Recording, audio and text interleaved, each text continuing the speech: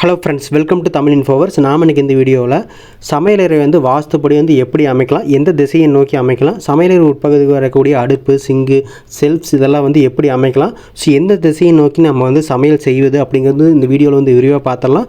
So video skip பண்ணாமல் பாருங்கள். வாங்க வீடியோக்குள்ளே போகலாம். ஸோ ஃபஸ்ட் நாம் இருக்கக்கூடிய வீட்டுடைய பகுதியில் 4 பகுதியில் பிரிச்சிடலாம். அதாவது கிழக்கு மற்றும் மேற்கு பகுதி இணையக்கூடிய இடத்த அக்னி மூலைன்னு பிரிச்சிடலாம்.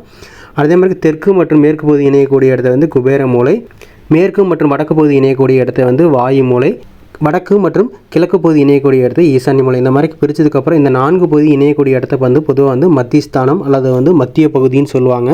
ஸோ இந்த மாதிரி நம்ம பிரிச்சிடலாம். ஸோ அடுத்ததான் நாம் இந்த 4 பகுதியில் எந்தெந்த இடத்துல சமையலறை அமைச்சலாம்னு பார்த்தலாம். சமையலறை பொறுத்த வரைக்கும் நமக்கு எப்பவுமே இந்த அக்னி மூலையில் ப்ரொவைட் பண்ணுறது ரொம்ப ரொம்ப நல்லது.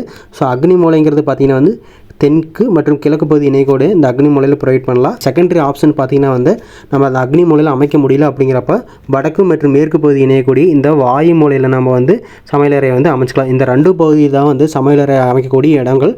மற்ற பகுதியில் அதாவது ஈசான்ய மூலையத்தில் குபேர மூலையத்தில் கண்டிப்பாக நம்ம சமையலறை அமைக்கவே கூடாது.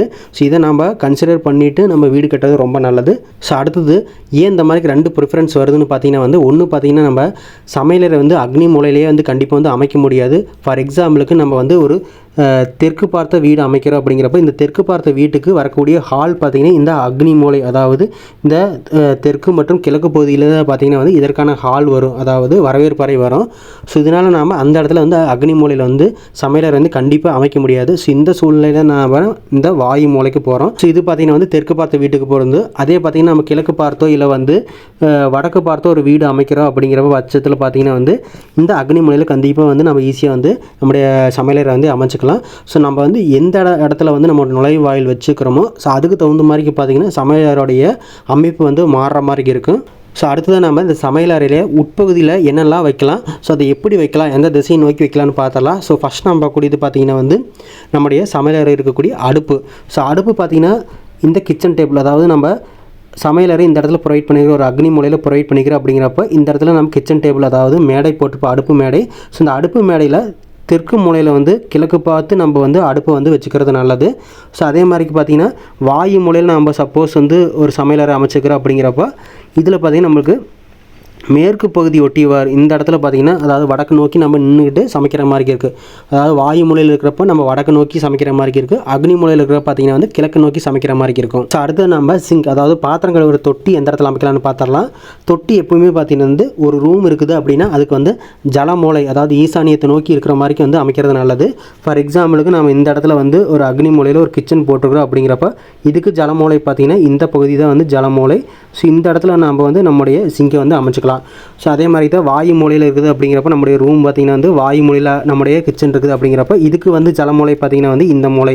ஸோ இந்த இடத்துல நம்முடைய சிங்கை அமைச்சிக்கலாம். ஸோ இந்த மாதிரிக்கு சிங்கை எப்பவுமே ஜலமூலையில் இருக்கிற மாதிரி பார்த்துக்கிறது நல்லது. அடுத்து ஒரு முக்கியமானது பார்த்திங்கன்னா வாட்டம் ஸ்லோப். அதை இதை நிறைய பேர் கன்சிடர் பண்ணுறதில்ல.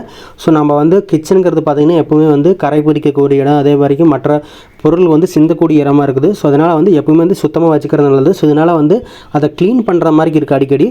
ஸோ அதுக்காக பார்த்திங்கன்னா நம்ம அந்த கிச்சன் தரைத்தளம் போடுறோம், அதாவது ஃப்ளோரிங் போடுறோம் அப்படிங்கிறப்ப அதுக்கு ப்ராப்பரான முறையில் ஒரு வாட்டம், அதாவது ஸ்லோப் கொடுத்துட்டு போடுறது நல்லது. இந்த ஸ்லோப் பார்த்திங்கன்னா எப்பவுமே ஈசானியத்தை நோக்கி இருக்கிற மாதிரி அமைக்கிறது நல்லது.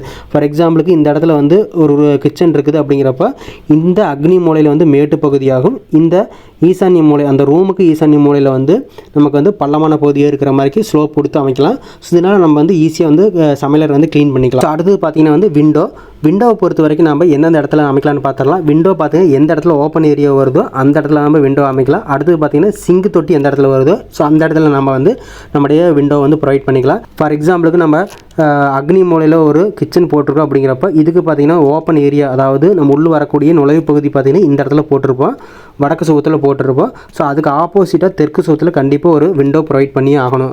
ஸோ அடுத்து பார்த்திங்கன்னா இந்த இடத்துல சிங்க் தொட்டி போட்டிருப்போம், சிங்க் தொட்டி நேரே பார்த்திங்கன்னா ஒரு விண்டோ ப்ரொவைட் பண்ணுறது நல்லது. ஸோ அதே மாதிரி தான் வாயு மூலைக்கும் ஓப்பன் வரக்கூடிய இடம், சிங்க் வரக்கூடிய இடத்துல நம்ம வாஸ்துப்படி ஜன்னல் ப்ரொவைட் பண்ணி ஆகணும். ஸோ அடுத்து நம்ம பார்க்கக்கூடியது பார்த்திங்கன்னா செல்ஃப்ஸ் எப்பவுமே வீட்டு உட்பகுதியில் வருது அப்படிங்கிறப்ப நம்ம ரூமுக்காகட்டும் இல்லை நம்முடைய கிச்சனுக்காகட்டும் எதுக்காக இருந்தாலும் நம்முடைய செல்ஃப்ஸ் பார்த்திங்கன்னா தெற்கு சுவத்தில் அமைக்கலாம். ஸோ அதே மாதிரி பார்த்திங்கன்னா மேற்கு சுவத்தில் அமைக்கலாம். இந்த 2 பகுதியில் தான் வந்து வாஸ்துப்படி செல்ஃப்ஸ் இருக்கக்கூடிய பகுதியில். இந்த 2 பகுதியில் தவிர்த்து வடக்கு சுவத்திலேயோ இல்லை கிழக்கு சுவத்திலேயோ வந்து கண்டிப்பாக நம்ம செல்ஃப்ஸ் வந்து அமைக்கக்கூடாது. கிழக்கு சுவத்தில் ஆல்ரெடி நம்மளுக்கு வந்து நம்முடைய கிச்சன் டேபிள் வந்துடும். ஸோ அதனால் வந்து தெற்கு சுவர் மேற்கு சுவத்தில் வந்து நம்ம வந்து நம்முடைய பாத்திரங்கள் அதே மாதிரி சமையலுக்கு தேவையான மற்ற பொருட்களை வந்து வச்சுக்கலாம். இது வரைக்கும் சொன்ன இன்ஃபர்மேஷன் எல்லாமே வந்து ஒரு யூஸ்ஃபுல்லான இன்ஃபர்மேஷனாக இருக்குன்னு நினைக்கிறேன் கிச்சன் அமைக்கிறதுக்கு. ஸோ இது போன்ற வீடியோக்களை தொடர்ந்து பார்க்க நமது சேனலுடன் எப்போதும் இணைந்திருங்கள். தேங்க்யூ.